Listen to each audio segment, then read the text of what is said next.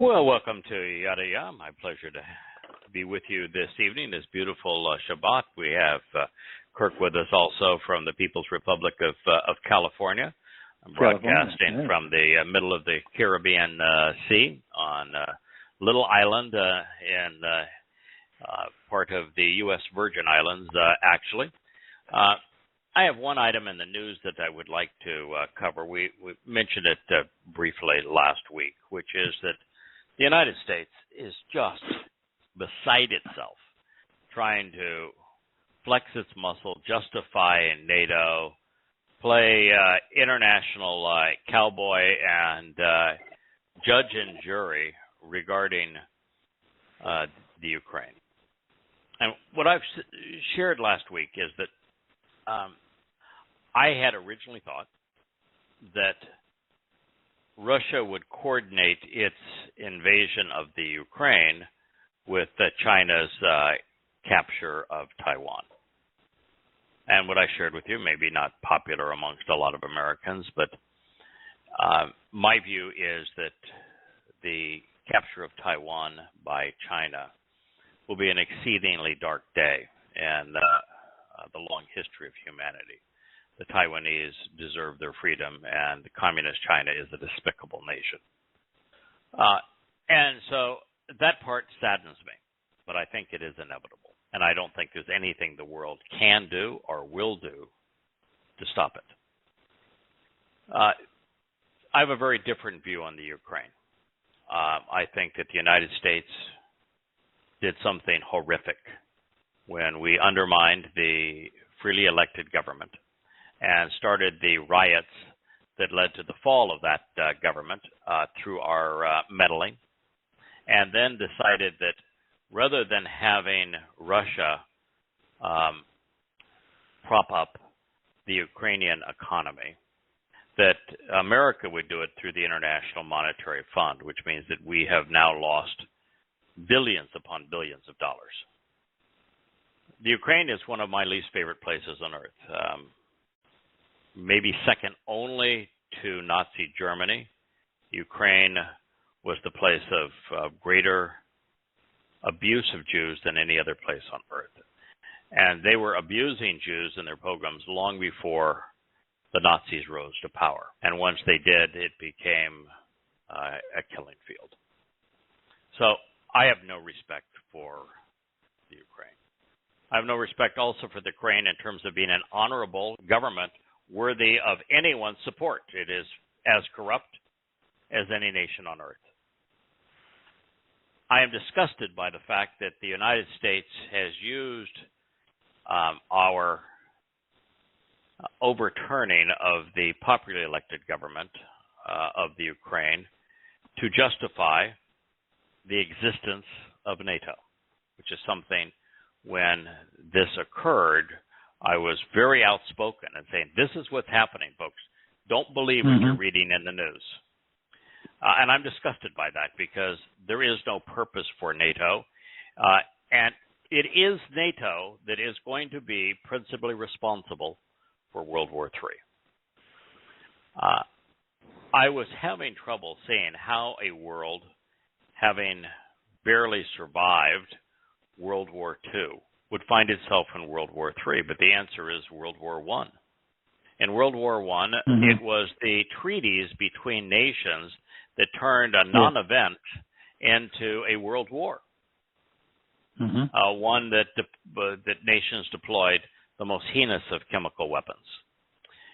Well, in this case, it's going to be treaties between nations, NATO in particular, that's going to cause World War III. Russia doesn't want to invade the Ukraine. They don't want the Ukraine any more than any sane person would want the Ukraine.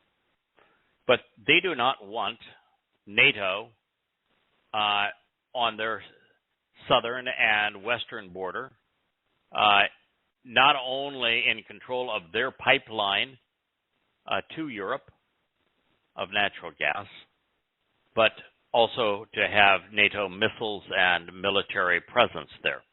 You know, this is much more serious for Russian survival than were missiles in Cuba back in 1962. And if you want to understand Russia's position on the Ukraine, all you need to do is turn back the clock to 1962 and consider what America's position was when Russia brought in missiles to Cuba. And the deal that we made with Russia at the time was if they removed their nuclear missiles from Cuba, we pledged never to invade Cuba. That was the deal. Russia's looking for the same thing, and for the same reason. Remove the NATO military support and hardware. Don't allow the Ukraine to become part of NATO, and we'll all be fine. That's all we're looking for. But the United States is belligerent. And if there is war, it's going to be because the United States caused it. And because the United States is not willing to forego either of those two sensible things. And we're trying desperately to get the rest of the world to fan the flames of war, threatening Putin, threatening Russia, like we're scolding a child. And ultimately, when you push people into those positions where you do not respect superpowers, bad things happen. And universally, the media is so stupid in our country, they're not willing to tell you why we should not be supporting the Ukraine and why the Ukraine situation is no different than 1962 in Cuba. But that's the truth. And because of our belligerence, we're putting the world at risk of world war. Now, I had thought that Russia would invade the Ukraine because America gives Russia no choice, simultaneously with China trying to occupy Taiwan, because the world can't deal with both of those two problems. Economically, the West would collapse. But right now, there is no chance that Taiwan is going to be invaded by China a matter of weeks prior to the Winter Olympics in Beijing. So we most certainly have 3 weeks, if not 4 weeks, to resolve these issues, because, as I say, I think that they would be done as a joint event, because then the world is not able to marshal its sanctions and the like against both countries at the same time. But I can tell you that America has essentially killed itself. Our response to COVID-19, with the lockdowns and the deprivation of livelihoods, was even more counterproductive than I had previously shared with you. And without admitting it, it's now common knowledge. My wife told me this morning that the RO on Omicron has reached 4, which means for every person that contracts it, they share it with 4 more. And since the incubation period is 2 days, that one person becomes 16 4 days later, and then becomes 64 immediately after that. It is why my conclusion has been that the reported numbers, which were at one time 1 million a day contracting Omicron in the United States, was actually times higher than that number. And that collectively across America, we have probably neared, if not reached, herd immunity. But viruses are funny things, the way that they mutate to survive. And so there are so many different variations already of Omicron and of Delta that what we do not know is whether or not the natural immunity from Omicron, will it be better than the vaccine immunity, which kept most Omicron victims such as myself, out of the hospital. I was triple vaccinated. I got Omicron. 5 days later, other than a slow processor, I was fine. My wife, not so good. She has related problems that COVID has aggravated. But the vaccines, while the first vaccine was marginally effective, the second vaccine was exceedingly effective for a matter of 5 to 6 months. The booster for only 10 weeks. And the booster's booster, they're thinking maybe 4 to 6 weeks. So we cannot vaccinate our way out of this, and herd immunity seems now to be the only option. And all means of trying to prevent people from getting it have turned to be completely futile. So now we're strictly at the mercy of whether or not this vaccine will outsmart us and come up with a variation that breaks through the natural immunity from those who have had it. But I can tell you that we're not through with pandemics. The greatest pandemic the world has ever known is Christianity, religion, and in particular Christianity, the ultimate plague of death. I would like to say one thing about Christianity and its inception that I've written a lot about recently, and I think is helpful for particularly our Jewish friends to hear. I think in social media, the word went out to the Jewish community in Fort Lauderdale and Miami. Thank you, Dee, for the work that you're doing in that area, and also Leah and Jackie.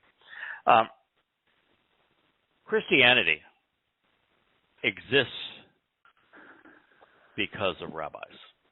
The greatest plague the Jewish people would ever know is a direct function of rabbinical malfeasance. Now, I've shared before, and I've been called an anti-Semite for this, and I'm the opposite from an anti-Semite. I love the Shem name of Yahweh and of his people, Yehudim, as much, if not more, than anyone on planet Earth.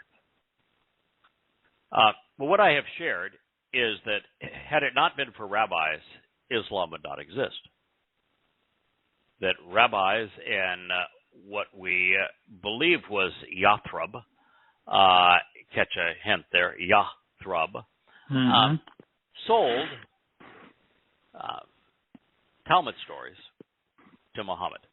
He ran out of material. He bought the Talmud stories from the rabbis. He then twisted them and bastardized them to serve his purpose, and he gave the Quran an air of legitimacy, of authenticity, just as Paul misquoted the Torah and prophets to give his books this veneer of authenticity they would never otherwise have had. Had rabbis not done so, Islam would have been stillborn. Now, it wouldn't have been, it's interesting to note, it would not have been stillborn in Mecca, because we now have absolute proof that Mecca was not the birthplace of Muhammad. It is not the place, well, actually, Yathrib was the birthplace of Muhammad, but Mecca was not the city of not even a city, but the town of the Kaaba. Islam was not conceived in Mecca.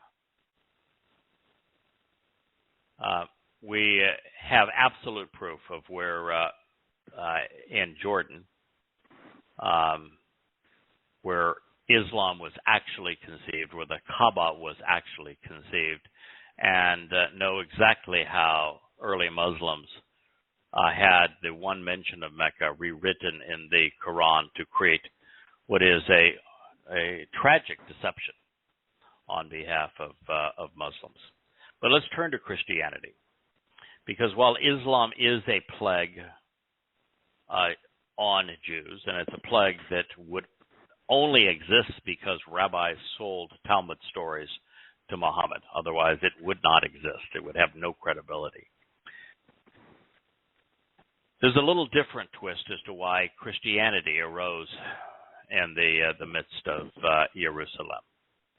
And that is because rabbis were blinded to the hundreds, if not thousands, of prophecies about Dowd being the Messiah, Dowd being the Son of God, and of Dowd's impending return. And because rabbis, either through ignorance or deliberately, elected to diminish the accolades afforded to Dowd and the promises Yahweh made to Dowd, it was possible for Paul and early Christians to pull off phase 1 and phase 2 of replacement theology. They would claim that Jesus was the Son of God, when in fact the Son of God is Dowd. Full stop. The only person that Yahweh says, he is my son, I am his father, is Dowd. All rabbis had to say, what are you talking about? This Jesus being the Son of God. Dowd is the Son of God. When the religion of Christianity, which is based upon Christo, ascribed the Christo messianic title to their Jesus, all rabbis had to say is, wait a minute. The Messiah is Dowd. He was anointed as the Messiah 3 times. He is the returning Messiah. There is nothing in this life of Yosha, who you're now calling Jesus, that pertains to Mashiach. As a matter of fact, every Mashiach prophecy speaks of Dowd, of being a great governmental leader, of being a great fighter on behalf of his people. And so everything you're claiming here applies to Dowd. As a matter of fact, if you read any one of these prophecies, there's only one name mentioned, and it's never Yosha, much less Jesus. It's always Dowd. And oh, by the way, had the rabbis correctly recognized that Yosha was the Passover lamb, Christianity would never have existed. Never. And Christianity, because of rabbinical malfeasance, became the greatest menace in the history of the Jewish people. Imperial Rome and then the Roman Catholic Church would hunt down and terrorize Jews and ultimately mass murder them, all because of the ignorance of the rabbis. So sometimes we have to expose and condemn the people who are actually to blame for the conditions that we witness in the world today.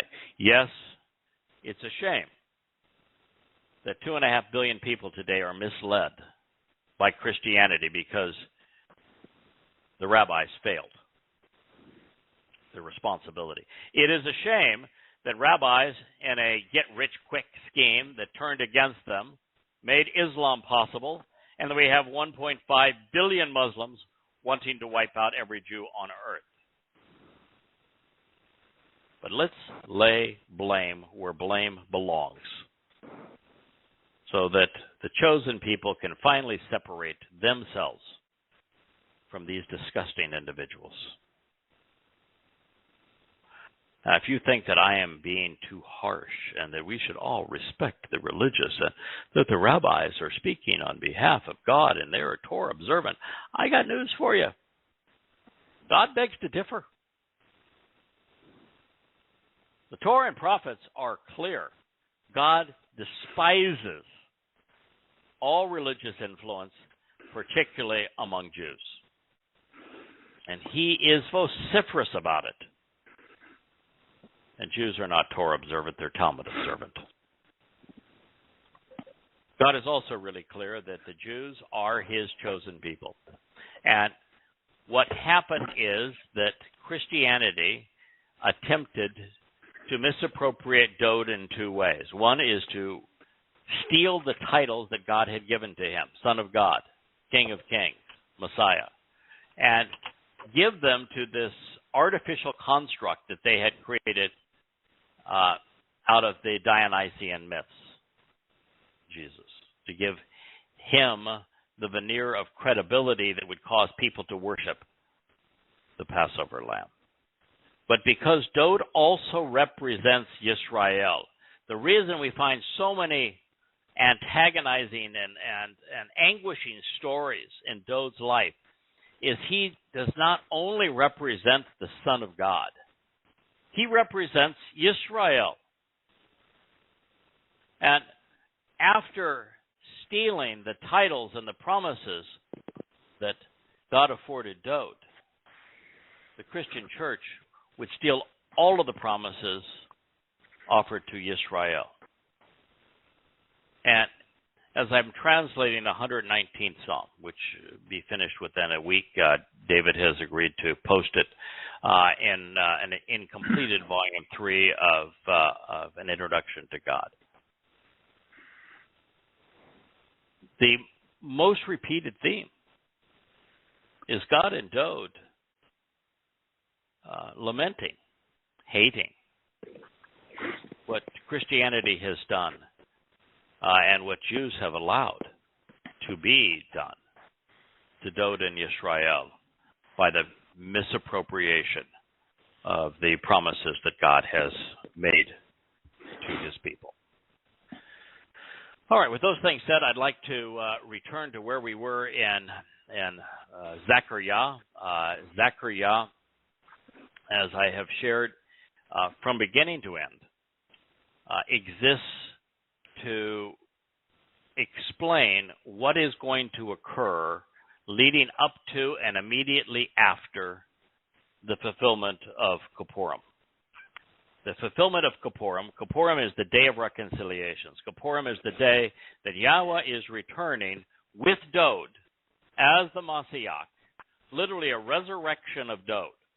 So yes, there is a second coming. Yes, there is a resurrection. Yes, there is a Son of God. And yes, there is a Messiah. All of these things coalesce in Dode. And he is returning with Yahweh on the day of reconciliation, Yom Kippurim, in 6,000 Yah. And if you want to know when 6,000 Yah is, it's 2033 on our Roman pagan calendar. And Yom Kippurim begins at sunset October 2nd, 6:22 p.m. in Jerusalem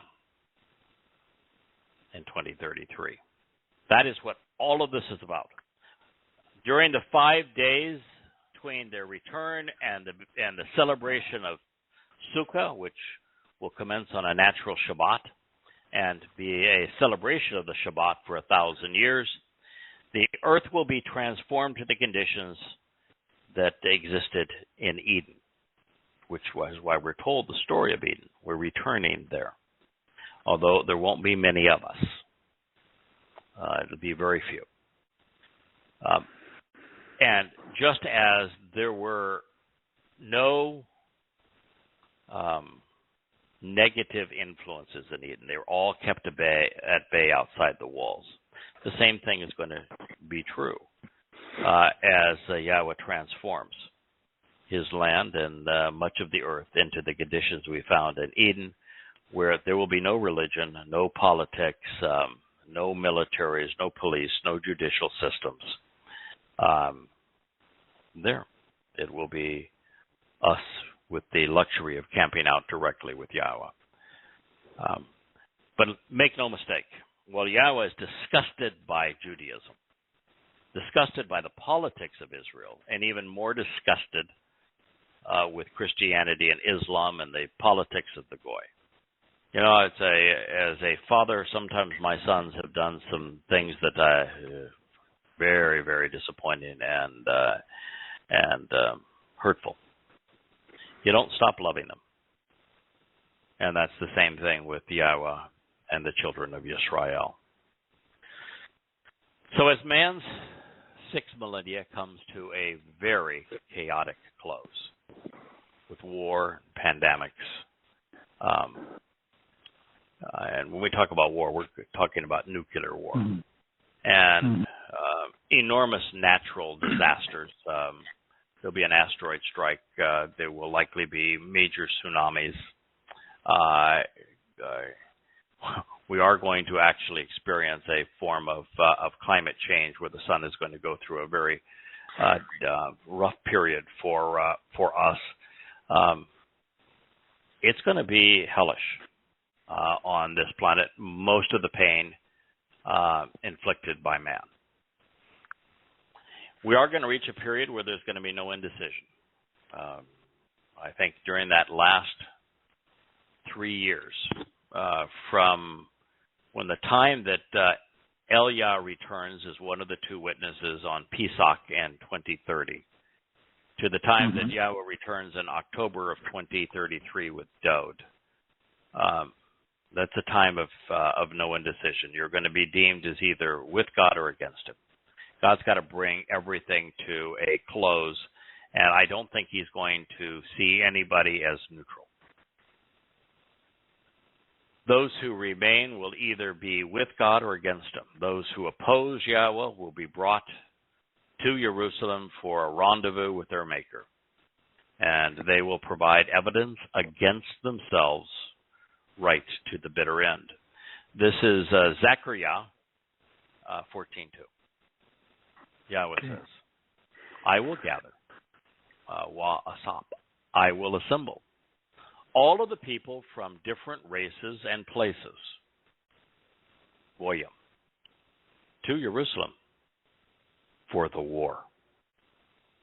Laha Vakama, to form the battle lines and to wage war. The city will be seized, and the families and their houses will be plundered. The women, they will be raped. Half of the population of the city shall leave as exiles, but the remainder of the people will not be cut off or banished from the city. What is so very sad about this is the world's becoming more and more inhospitable to Jews. Most of it no fault of the Jews, although I think the rabbis have contributed to the stereotype that has become the conspiracy theory, that's given fuel to the conspiracy theories.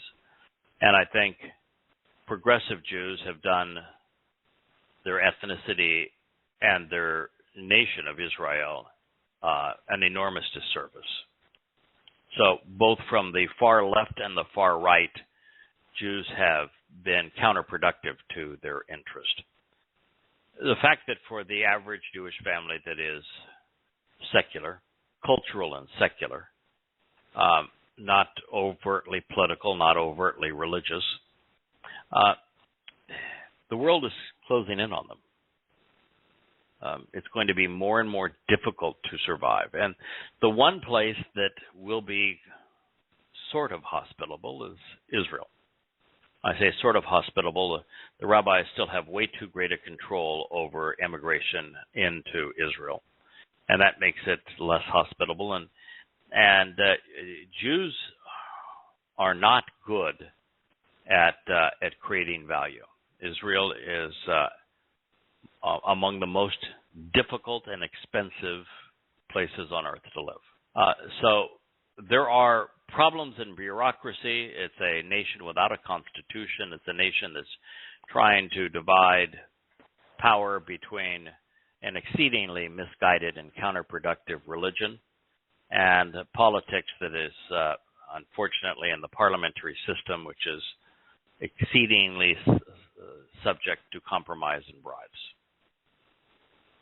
So it's a country fractured. And yet that's going to be the only place where Jews have a chance to survive. And even there, God is saying there will be war, and most of the households will be affected, and many of the women will be raped. Now, you might say, well, why would God allow it to go that far? And the answer is it's the most compassionate thing to do.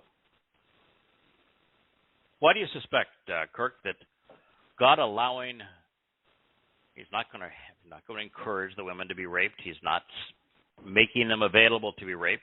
But he is not going to initially intervene to stop them from being raped either. He didn't intervene to stop the Holocaust. No.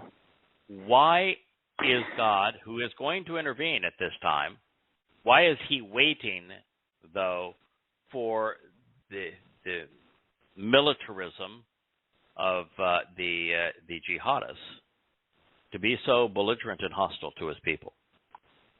Well, I've got a couple of thoughts on it. I was feeling really bad about this verse when I went over it because I spent probably more time on this first verse than anything all the way to the end of the chapter.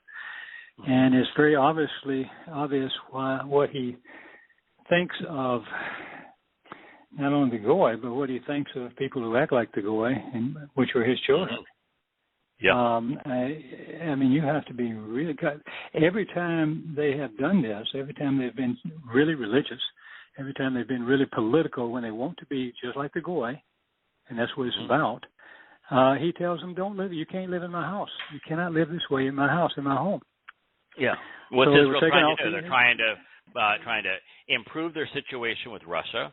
They're doing all sorts of deals with China. I think China is their second largest trading partner. I think Russia is the third largest trading partner.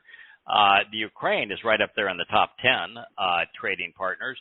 They're actually going to Turkey to try to negotiate deals. They're trying now to negotiate deals with Saudi Arabia, which is the homeland of where Muslims are trained to hate Jews. So politically, they're doing a lot of stupid stuff. Politically, they're allowing a third of the population to be religious all day and not support the country with either jobs, productivity, or taxes, or serving in the nation's defense. So by politically, not being against them, you're also for them. Right. So you're politically, they're reaching out to really looking for love in all the wrong places. They're not willing to be aggressive and telling the world there is no such thing as a Palestinian. There is no such thing as Palestine. This two-state solution is absolute rubbish. The truth is, this is our homeland. Period. End of story. And when we are here, we have created the most freedom and the most upward mobility for Muslims anywhere in the world. And they have chosen to terrorize us. And when we have given them land, as we did with Gaza, look what happened. So this is not our problem. It's your problem. You are misled. And so I don't know why there aren't any Jewish leaders making these claims. But it's straight on fact. And so what God is saying to his people is this, that when the rabbis butchered the stories through the prophets and allowed Christianity to form in Rome and through Roman Catholicism, look what happened to you in 133. Look what happened to you. This is what you brought upon yourselves. And yet, rather than saying, we did this to ourselves, we failed to identify the real Messiah, we failed to identify the Passover lamb, and then we foisted a false Messiah on the people and brought the wrath of Rome on us, causing us to be killed en masse, enslaved, and the beginning of the diaspora. We turned to the very guy that was the most belligerent and the most errant and made him the father of our religion. So here they were bludgeoned, and rather than returning to Yahweh, they went further astray. The same thing happened during the torments and the pogroms that preceded the rise of Nazi Germany and the concentration camps, and it became worse during the Holocaust. And even now, there isn't any reference to Yahweh in Israel. None. Well, there's no acknowledgement of Yosha as the Passover lamb in Israel. There's no acknowledgement that Dowd is the Messiah. He's the Son of God. He is returning. And, oh, by the way, we don't have a lot of years left before the fulfillment of these promises in 2033. Let's get our act together. Why don't we start celebrating Pesach as God intended and actually put matzah on the calendar? Why don't we understand what Bikurim represents and celebrate the empowerment of Shabuah so that rather than celebrating a Babylonian New Year, we can proclaim the truth to our people on Towrah and be prepared to be reconciled to God as opposed to afflict ourselves on Kippurim. So then maybe then we can be part of that remnant that gets to camp out with Yahweh. So the answer to that question, Kirk, is that until these stubborn and hard-headed people are put in a position where it's obvious they need to abandon their politicians and abandon their rabbis, and beyond that, once they have rejected Judaism and rejected all of the 14,000 political parties in Israel that comprise their parliamentary system,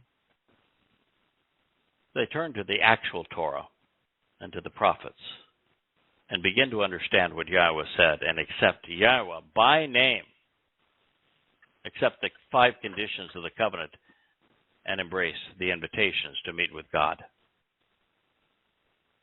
And it's only through absolute desperation, that combined with a clear, unequivocal, and compelling presentation of Yahweh's position, particularly on the cusp of Kippurim. There has never been a time, Kirk, that it was more important to explain the book of Zechariah than right now.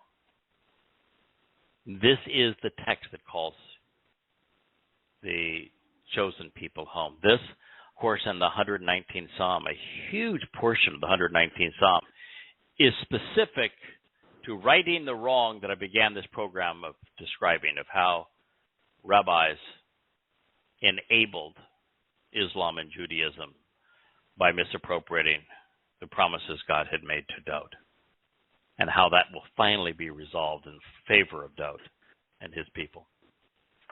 This is the message that will finally resonate when there's no hope.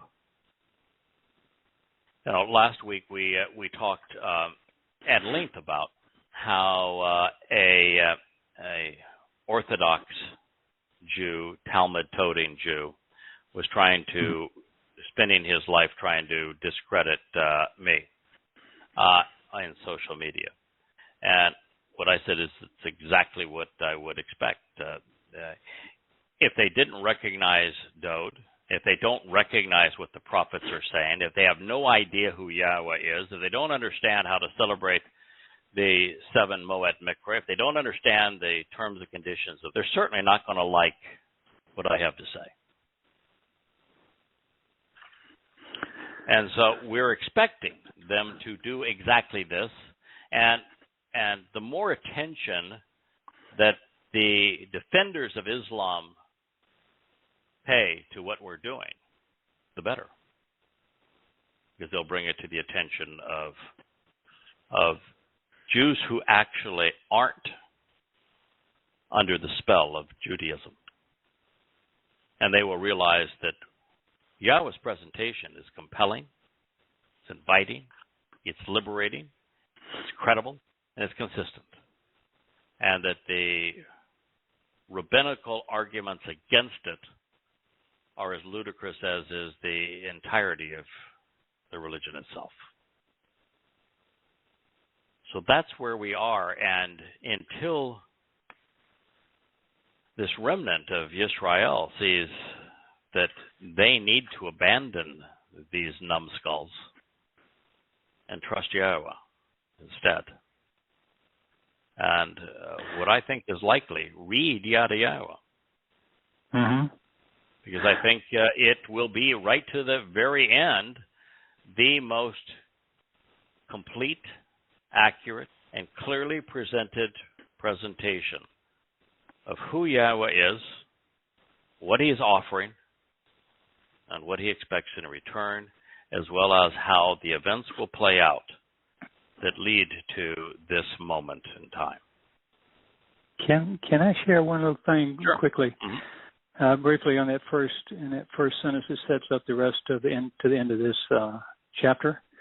If you read through it, he describes, if you look up what Goy is obviously, pictographically at least, is walking away from being increased and lifted up by Yahweh. It's yes. Gimel Yad. Yahweh's hand and his spirit, Goyim and plural, would be to walk away. The Gimel is the foot and going the wrong direction from the wall, which is to be secured and empowered and connected to fixed in with home, and the Yod is Yahweh's hand reaching down for us, and the Mem is Yahweh's spirit. So it's walking away from being increased and secure by Yahweh's hand and his spirit. That is the essence of the preponderance of Goy. Now that doesn't mean that every Goy is counterproductive. But the overwhelming preponderance are. And God's going to hold them accountable for what Goy have done to the children of Yisrael. Well, I was pretty saddened when I got all the way down to about Yatzah, the word Yatzah, and where it's describing, that's actually pictographically and otherwise is describing the people who's been exiled, which are excrement and to be flushed out. And Gola is to cover up and remove the dead carcasses, all that. And so I was getting really depressed by that time. I was saying, boy, this is sad. Well, Yatzah is the same term that Yahweh uses to actually describe the Exodus. The Exodus is a derivation of a Greek term that is then goes into Latin and becomes Exodus. God's term is actually Yatzah. But the term that follows Yatzah, which is Gola, Gola is not a happy word. Gola and Goyim are related words. Most people don't know that the secondary definition of Goy is corpse. Yeah, carcass. Yes. So corpus, a carcass or corpse. The term that I've used a number of times is zombie. A dead man or woman walking is a Goy. It's a zombie. It's a corpse. It's a living corpse. Yeah. But not to leave everybody hanging. Right after that you get Yether, which is a remnant that he's going to protect.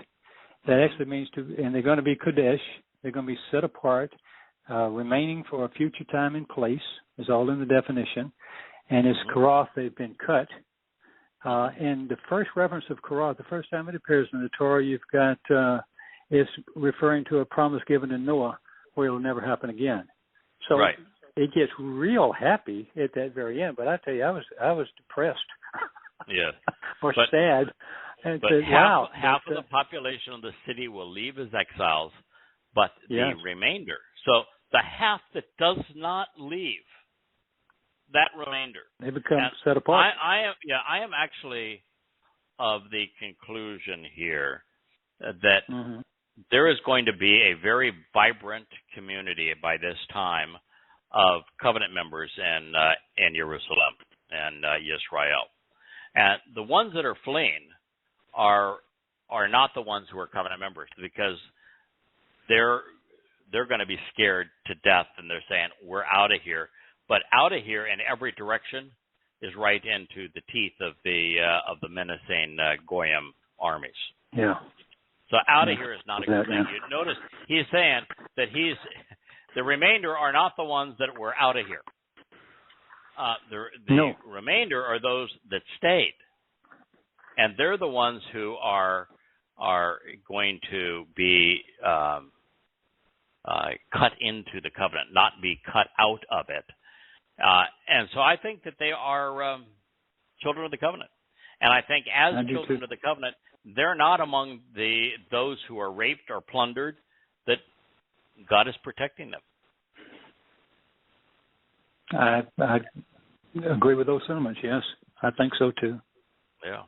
So I think most of this is good news. And keep in mind there's places where God actually says that 2/3 of the children of Israel are going to die as we approach his return in 2033. And so for this to be half of the city of Jerusalem, that's actually a better fate than Israel as a whole. But at this point, I think we're at a very, very late date. I think this is well into the early months of 2033. So Yah was telling us that during the final battle, Jerusalem will endure everything that Satan's advocates and man's stooges can throw at her, but that a significant remnant of Yehudim will hold out and endure, half of those in the city of Jerusalem. This will be a hellish time, the final crucible of the time of Jacob's troubles. To retain the proper perspective on all of this, the lives of the covenant members taken on this day, should they be among those who are ravaged, and I don't think they will be revived on the next day. There'll be no memory of the abuse, and the property seized will be immediately restored.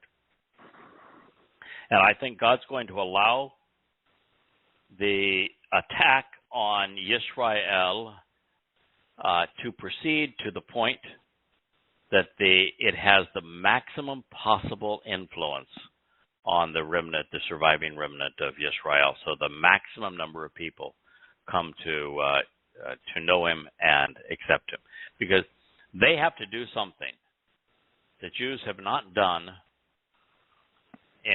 since the time of Daud. It's been 3,000 years since Jews have openly acknowledged Yahweh's name. And so long as there is rabbinical influence in the land, so long as there are politicians coddling the rabbis, there will be no significant pronouncement of Yahweh's name. It is still the greatest obstacle precluding Jews from returning to Yahweh's beloved, Yehudim. That's amazing.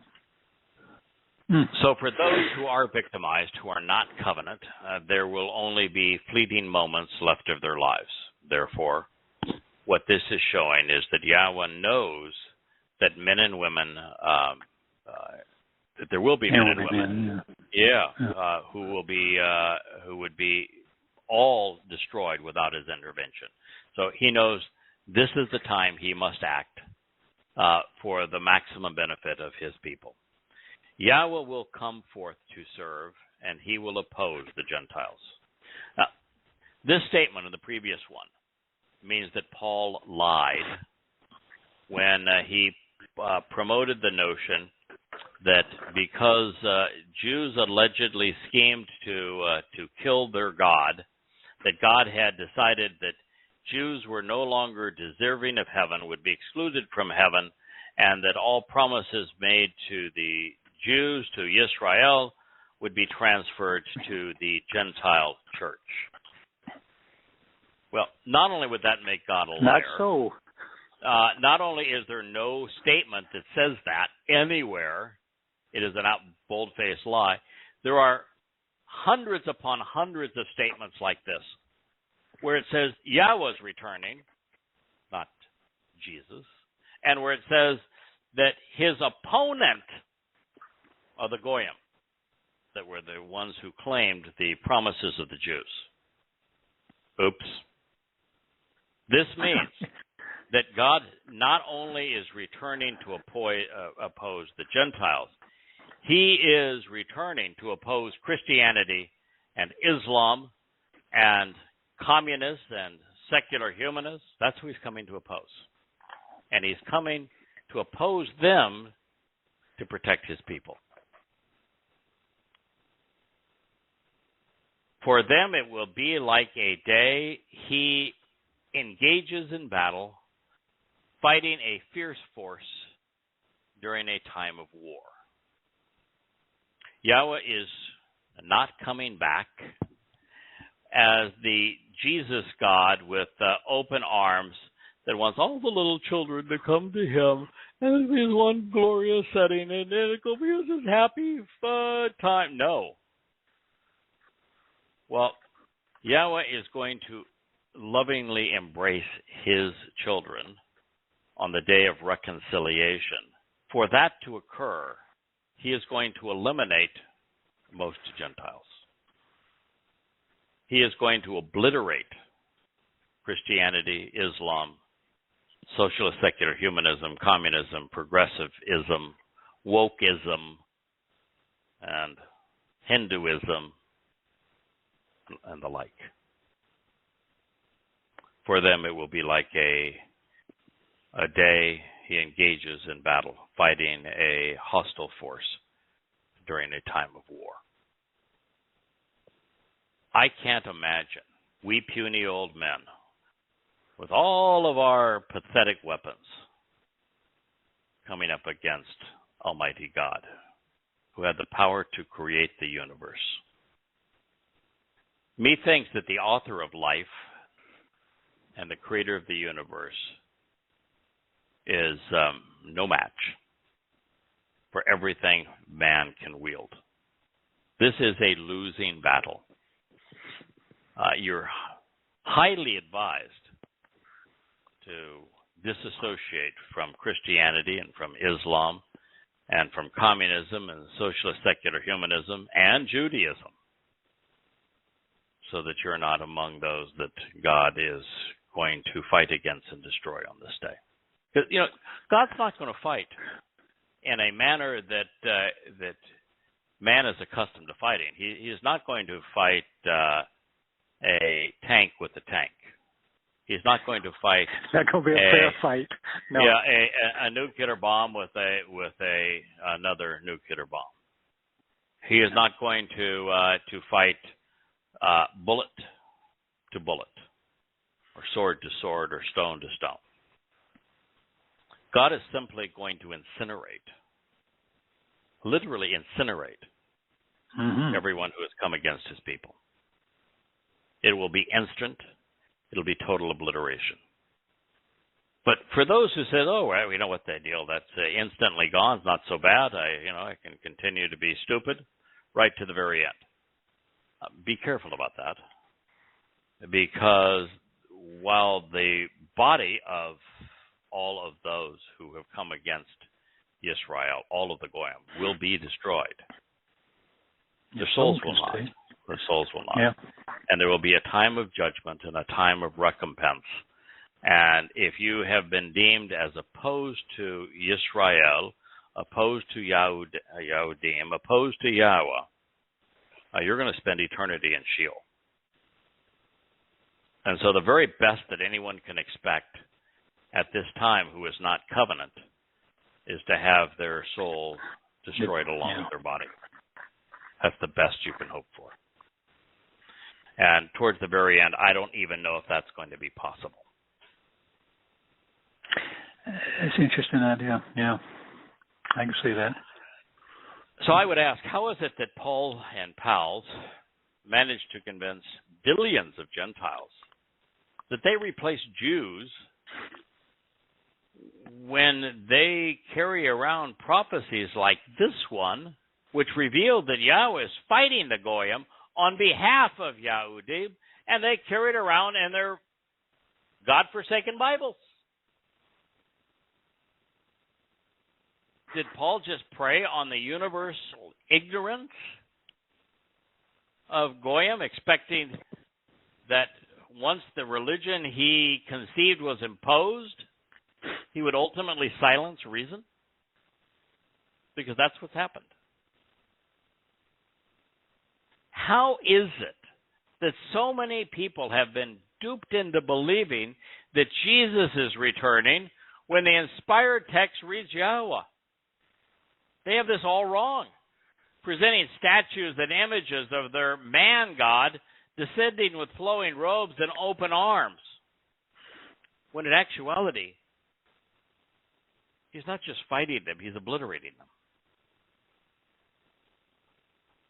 They're even clueless to the fact that this will be occurring on Yom Kippurim in the year 6000 Yah. Jews don't recognize it. Yeah. Muslims don't recognize it. Christians don't have a clue. Recognize it. Not a clue. Yeah. It's so obvious when he's returning. This entire text is about his return on Yom Kippurim. And the prophecies are Yahweh returning with Dod on this day and what they intend to accomplish. That said, there is not a single rabbi who knows when Yahweh is returning, nor is there a single rabbi who would recognize Yahweh. They remain oblivious to the fact that Yahweh despises all of them. Here is Zechariah 14:4. On that specific day, this is Yom Kippurim, his day, the Yom Kippurim, the day of reconciliations, he will be present, his feet standing upon the Mount of Olives. So who is returning to the Mount of Olives? Sure as hell ain't Jesus. Passover lamb does not come back to life. Yahweh, his feet standing on the Mount of Olives. Why? For the benefit of the relationship as it faces Jerusalem. So on that specific day, his day, he will be present, his feet standing upon the Mount of Olives, which for the benefit of the relationship faces Jerusalem on the east. I've been there. Standing on the Mount of Olives overlooking the disgusting Islamic shrines on the Temple Mount, the disgusting Islamic graves outside of the Eastern Gate, Muslims wanting to be buried there so that when the Messiah arrives, they wanted to be there to fight him off so he couldn't come into the gate. Yeah, right. That's going to work really well. All of those graves will be pulverized. Alaska Mosque, obliterated. Dome of the Rock, oh my God, finally gone. All of the little Muslims there, the little hijabs, they're screaming, Allahu Akbar, Allah is a mouse, never again. All gone. Yeah, sorry, Muslims, but Allahu Akbar means Allah is a mouse. If we could only be so lucky. Allah is Satan. All of the synagogues, gone. All of the Christian cathedrals and churches, Temple Mount will be turned back into something glorious. There'll be this wonderful waterway that will flow right through the Mount of Olives into the Dead Sea, turning it back into life on one side and on the other into the Mediterranean. Dod's home will be reestablished on the southern flank of the ridgeline of Mount Moriah, of Zion, and up the hill across the bridge of light. Yahweh's home for his covenant family will be erected, of which we will actually have the opportunity to work, should we choose, contributing to the building of our family home. And Yahweh will be there to oversee it all. This is the most marvelous time in Yahweh's entire existence, which has been eternity. He's returning with his favorite person, Dod. He's embracing his wayward children who have returned to him, recognize him by name, and love him. And he has eliminated, wiped out every irritant and foe of his people. There is no better time than moments after his return. There is no worse time than moments before his return. Think of that. The single worst moment in all of human history will be moments before the return of Yahweh. The most glorious for God and man will be a second after his return. Well, I hadn't thought of that. You're right.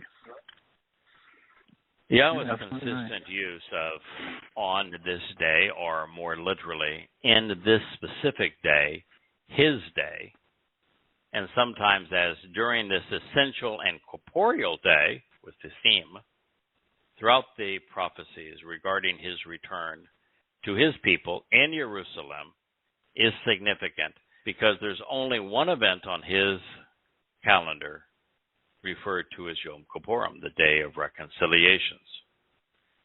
This is not a coincidence. The Mount of Olives is about 1,000 paces for an ordinary man to walk to the Temple Mount. About twice that far to Golgotha and the original summit of Mount Moriah.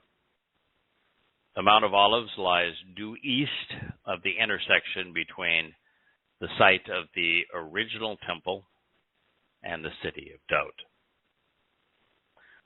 An earthquake, which will occur as a result of the energy unleashed by Yahweh's presence, will create a fissure which will run east to west, all the way from sea to sea. From the northern extremity of the Dead Sea to the eastern shore of the Mediterranean Sea. A number of hideous structures will be devoured within this rift. This is, again, the instant Yom Kippurim is fulfilled, as we're told through Zechariah 14:4. Then the Mount of Olives will split into two, from the east and to the west. A great valley, resulting from the tremendous force, will move half of the mountain northward to conceal, and half of it to the south, towards the Negeb. I took the time to look up what a rift running from the Mount of Olives through Moriah and then to the sea would devour. So here's a partial list.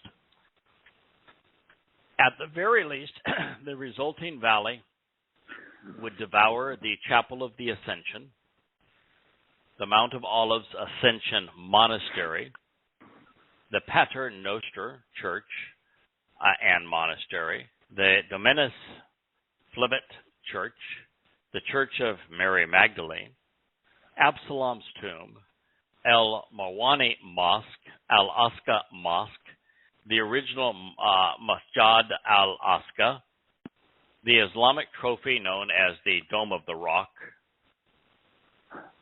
the marble orchard of Muslim graves, the tomb of the Virgin, the Western Wall, the Christian Information Center, the Hurya Synagogue, the St. James Cathedral, the Lutheran Church of the Redeemer, the Church of the Holy Sepulchre, the Via Dolorosa, the Mosque of Omar ibn Khattab, St. Anne's Church, El Hamra Mosque, Les Sures Sion Monastery, Maki St. Mark's Church, St. Xavier Monastery, Holy Joseph Abbey, and much of the Sultan Suleiman Street. I would call that urban renewal. I like that. Urban renewal. All gone instantly. The resulting valley will likely be narrowest at its epicenter and then radiate out to the north and south as it travels east and west. Saphon, which is the word depicting the northward movement, reveals that its purpose will be to conceal the religious rubbish man has wrongly assumed. South is from Negeb, which suggests that by the time the valley reaches the sea, it will devour Gaza. Yahweh will be ushering in a lasting peace with a one-state solution. One-state solution. That's good. Flee, right, good. It says, withdraw and escape to the valley of my mountain, because the gorge will reach the mountains of Atzal, being withdrawn and separated so as to be beside and near.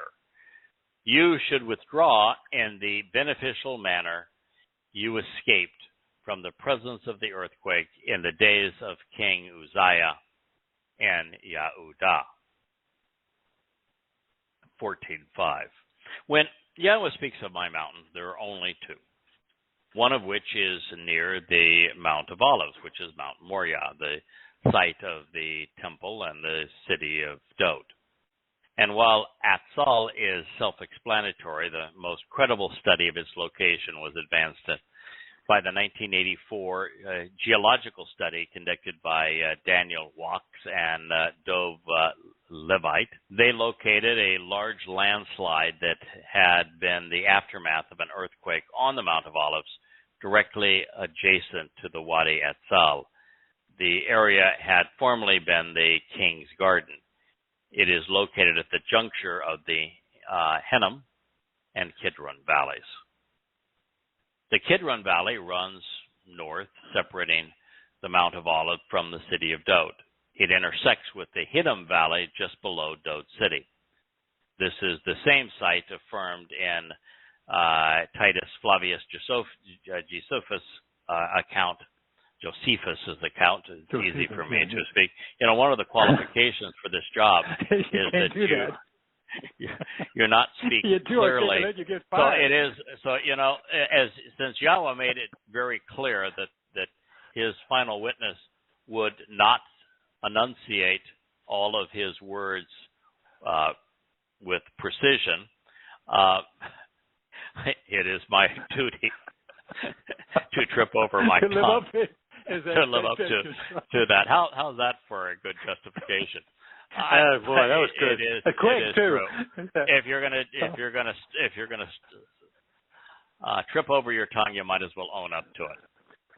Anyway, the same site affirmed by Flavius Josephus' account of an earthquake causing a landslide during King Uzziah's reign, blocking the King's Garden in the valley. Beyond Atzal, meaning to be withdrawn and separated to become beside and near, this location is at, so understand, nobody is actually leaving Jerusalem at this point. This place that he's talking about is in the center of Jerusalem. So, and it is even closer to the spot where Yahweh is actually returning. So beyond Atzal, the location at the southern tip of Zion would confirm the obvious. The remnant of Jerusalem is being invited to withdraw from the carnage by ascending the mountain of God through the home of Dod to the home of Yahweh on the summit of Moriah. They aren't fleeing any place. They're coming home. Since Yahweh mentioned him, Uzziah, which means to be empowered by God. Uz is empowerment. Mm-hmm. Yah is strength, the familiar form of Yahweh, so strength of Yah. Was king of Yehudah from 790 to 740 BCE, a couple of 200 to 250 years after Dod. He inherited the throne when he was only 16 and died a leper for having violated Yahweh's instructions. Serving during the time of the prophets Yeshaya and Hosea, he fortified the valley gate, which is pertinent to this discussion. Gay, translated valley, is based upon Gewah, meaning to lift up, but it also serves as the name of the valley gate. Upon Uzziah's death, Yahshua witnessed a vision in which he saw Yahweh sitting on a throne with the train of his robe filling the temple, his home, a vision of this very day. It's in Yahshua 6. It is germane to the story because it suggests that the prophet's words would begin to resonate with his people in advance of this day. And it is Yahshua's words combined with Dod's Mizmor that are ultimately going to be the catalyst for the chosen people to come home. I wrote at the beginning of this program, before the program began, in the chat room. I said that here's kind of where we stand. If you go to the Yada Yahowah site, what you'll see is that Jackie and David have cleaned up the bookshelf considerably. We've renamed a number of the volumes to the single word names, so it's superior from that point of view. And in fact, volume 3 is going to be Torah spelled the way the Jews are accustomed to seeing it, Torah on the cover, so it's really cleaned up. We also have to combat the likes of some of the most disgusting people on earth, the Black Hebrew Roots movement, the Black Hebrew Israelites, who are, like a lot of the conspiratorial nutcases, they garner credibility by usurping the transliterations that I've come up with of Yahweh's name, for example, and my translations to draw in an audience and then take advantage of them. So we have presented on the site now, if you go, what was Contact Us, it's now About Us. And after presenting who I am and how I came into this responsibility, it has a copyright statement, which we clearly articulate who we are not associated with and who has no right to use this material. And so the site has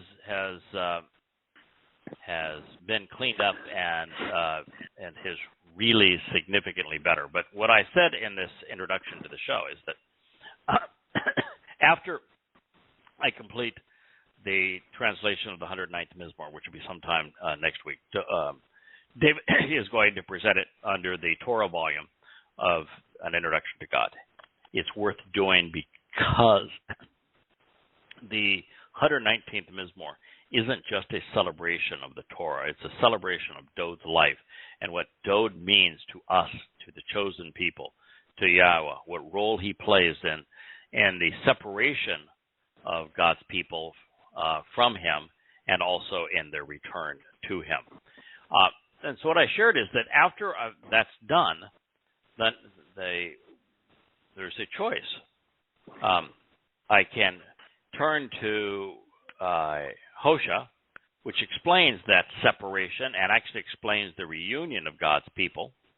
I can turn to Shabbat and present it for the first time actually in the Yada Yahowah series that explains how the greatest plague Jews would ever know, Christianity, was conceived. Bind them together for a volume of Yada Yahowah.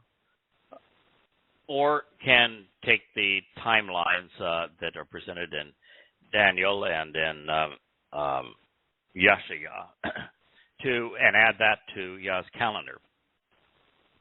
But the thing that I really want to do is we either proceed with volume 10 of Yada Yahowah, which will be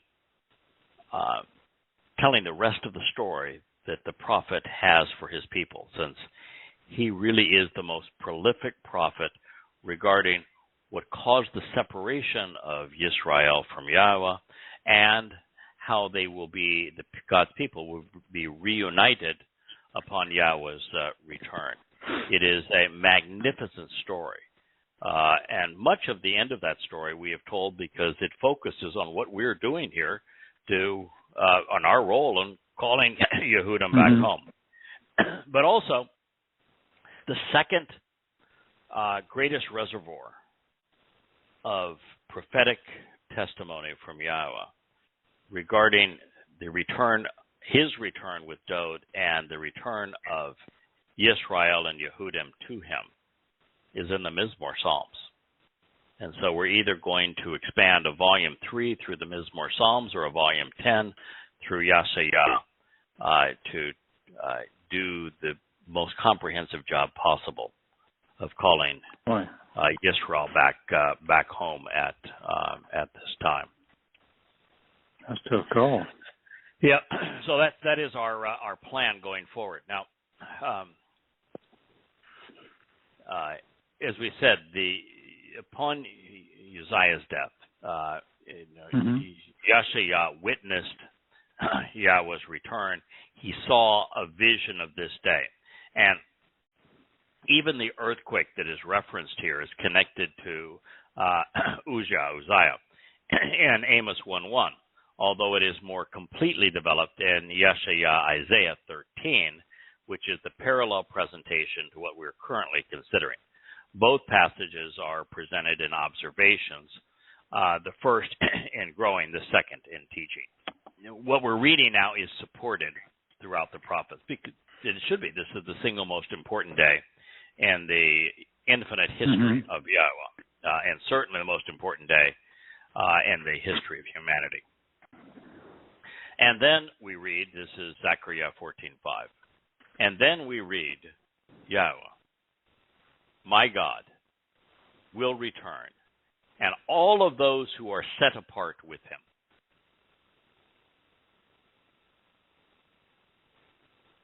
Ponder that. And then Yahweh, my God, will return, and all of those who are set apart with him. So why isn't there one of the 13 pillars of Judaism that says Yahweh is God's name, Yahweh is God, and Yahweh is returning? Why? Is that not important? Excuse me. It's Yahweh return. How is there a religion of Christianity that carries around this book in their Old Testament that makes this statement and they can't figure it out?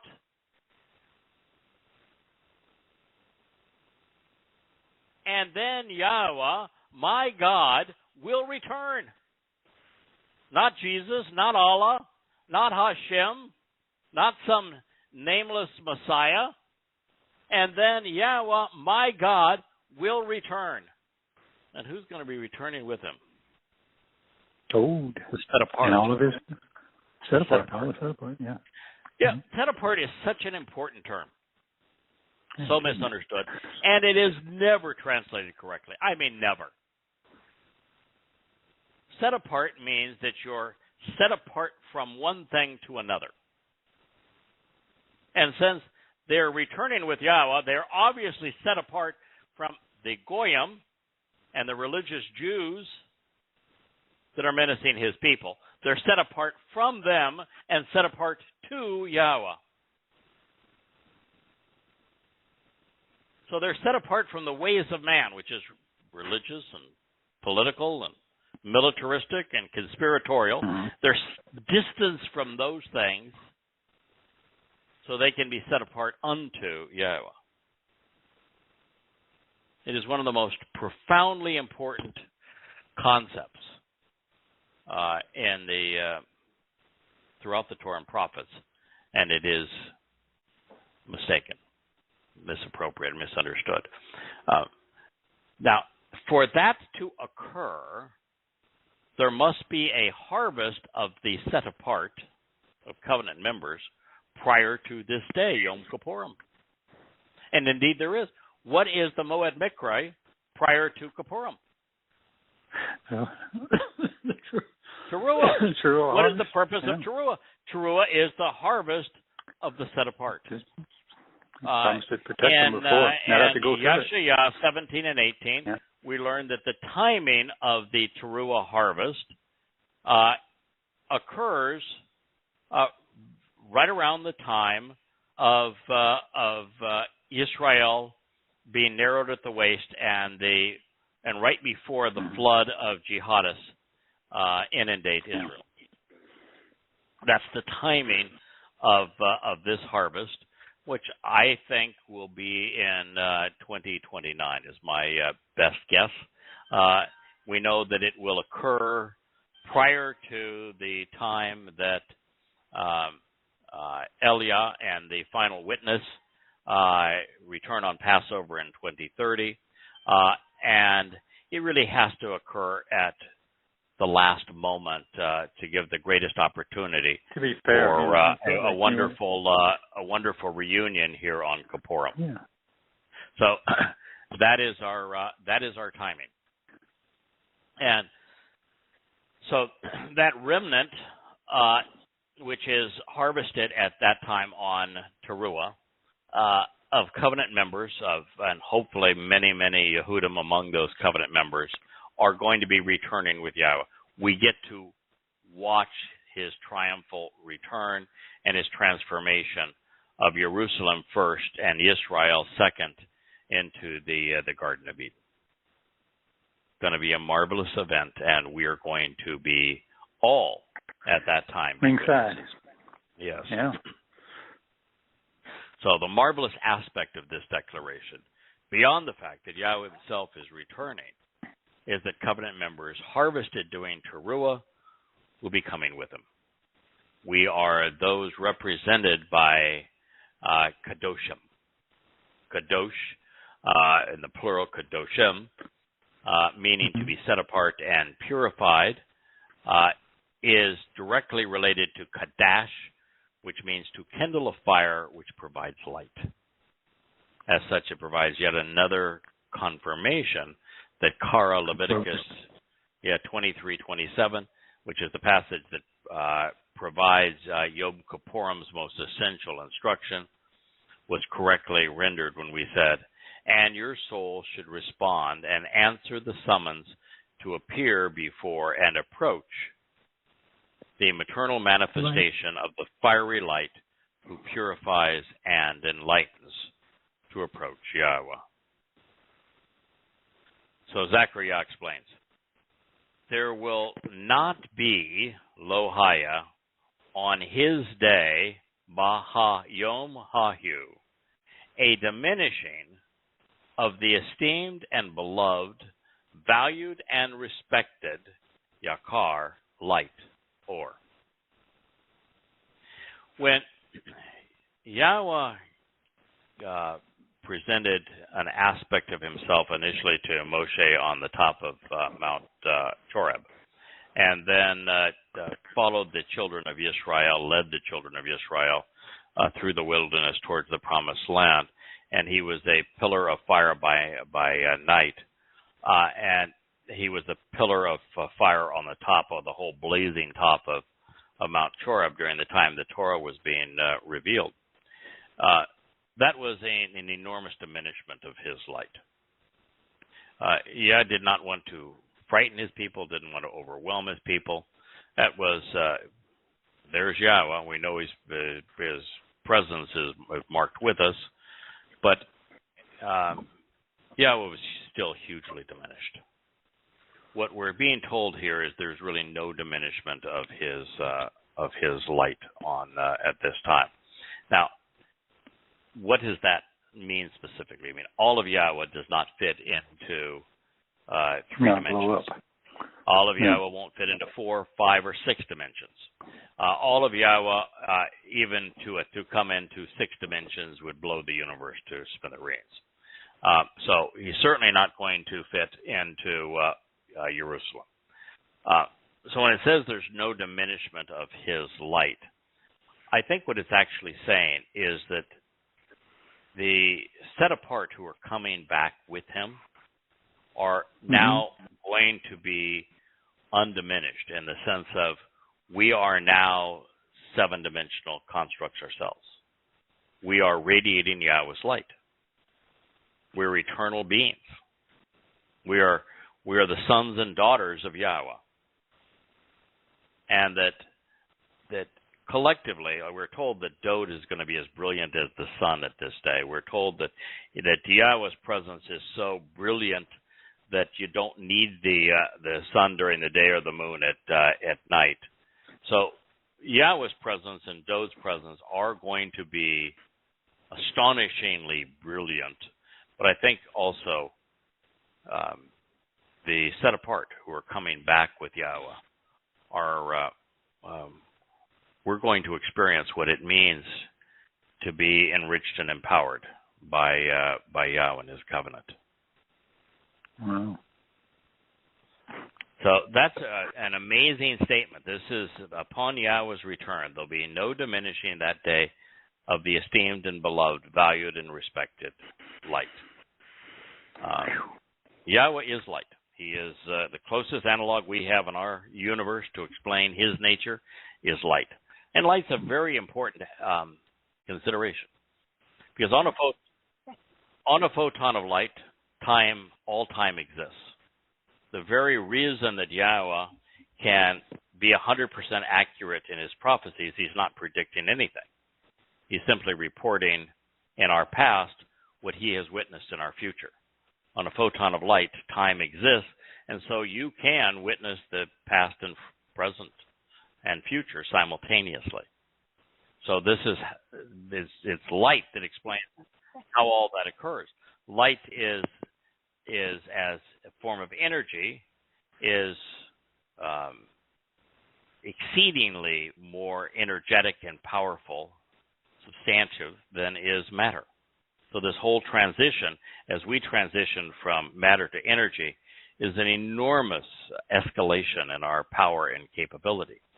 When we are light, we can travel the expanse of the universe in no time. It may be 94 billion light years from one edge to the other, although it's expanding every moment. But we can transverse from one side of the universe to the other in no time.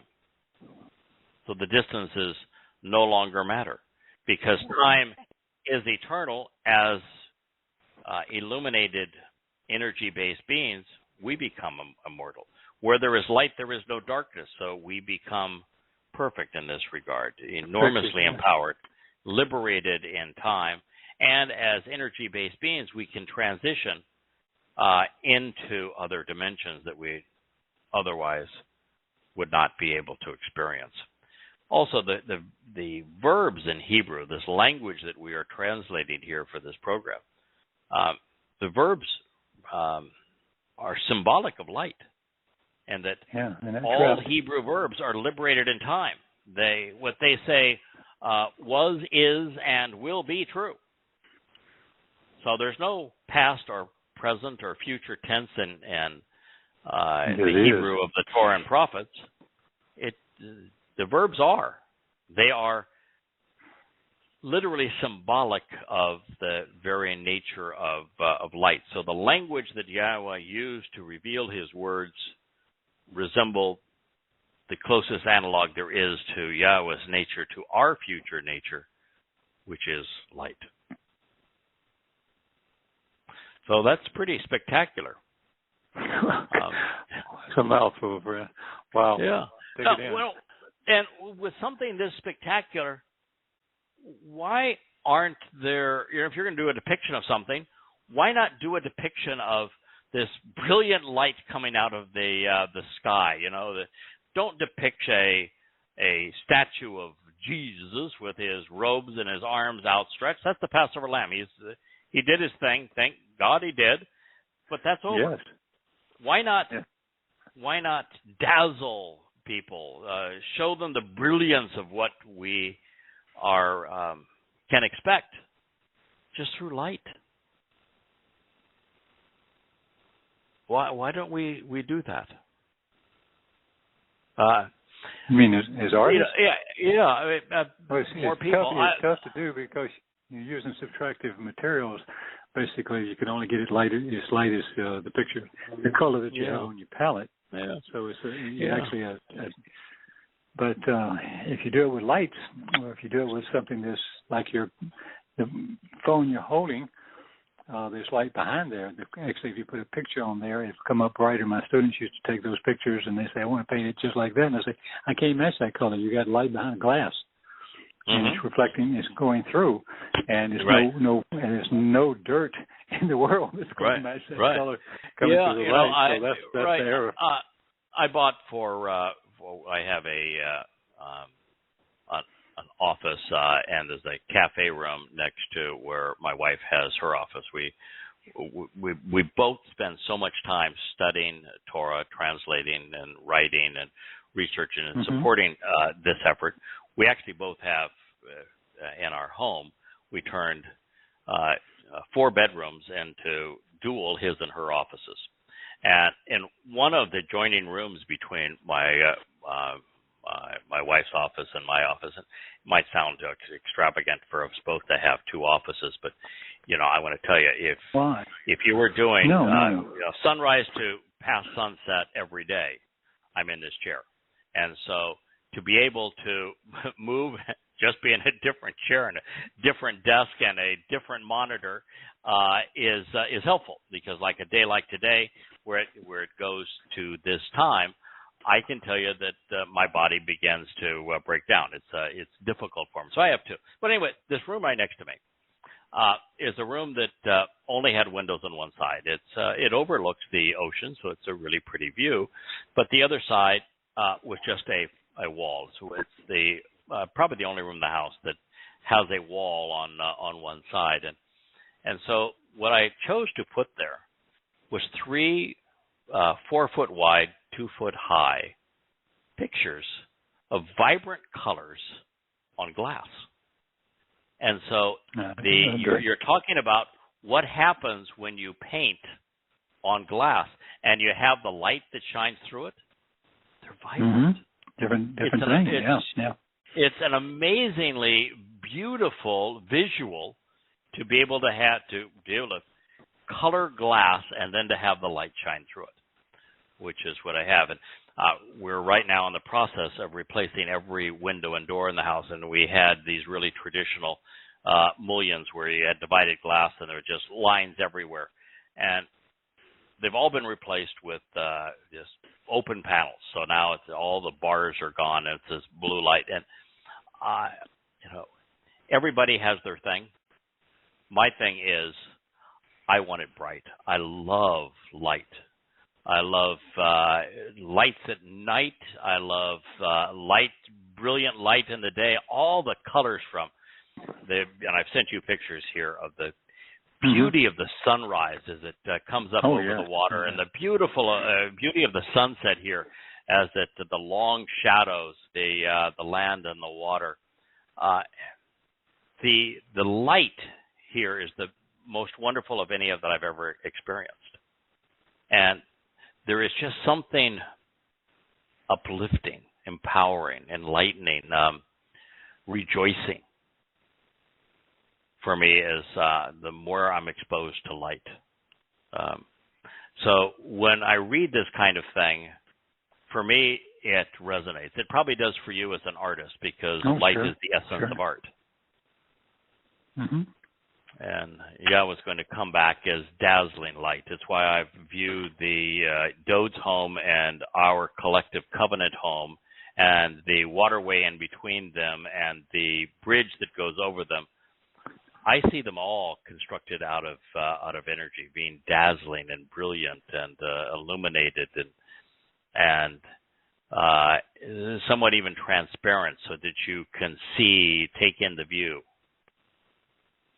Everywhere. That makes sense. So that's what we're expecting. I don't know how you find a better place to say. I think that's been a very good program. We've covered a lot of territory. We've ended in a magnificent place. Yeah, I'm going to take the risk that we pick up here and we this time a week from now, because this is the most magnificent presentation of Yahweh's return. It is something we should all be anticipating and celebrating, and it is so very near. Here we are in January, the last few days of January in 2022. And in early October, the 2nd of October, and 2033 is when this is going to transpire. The very darkest moment in human history is going to be followed by the most brilliant. One instant to the next. And what side of that you're on is going to determine where you spend eternity. So I would encourage our Jewish listeners and even those Goyim to step away from the darkness of religion and politics and militarism and conspiracy and embrace the light. The light is reflected in Yahweh's words. It's reflected in his Torah and through his prophets. It's reflected in Zechariah as we read it this day. Well, may Yahweh bless you all. A wonderful Shabbat to one and all from here in what I think is paradise, all the way to the People's Republic of California. We wish you a good night and happy Shabbat. May God bless you all. Good night. Good night.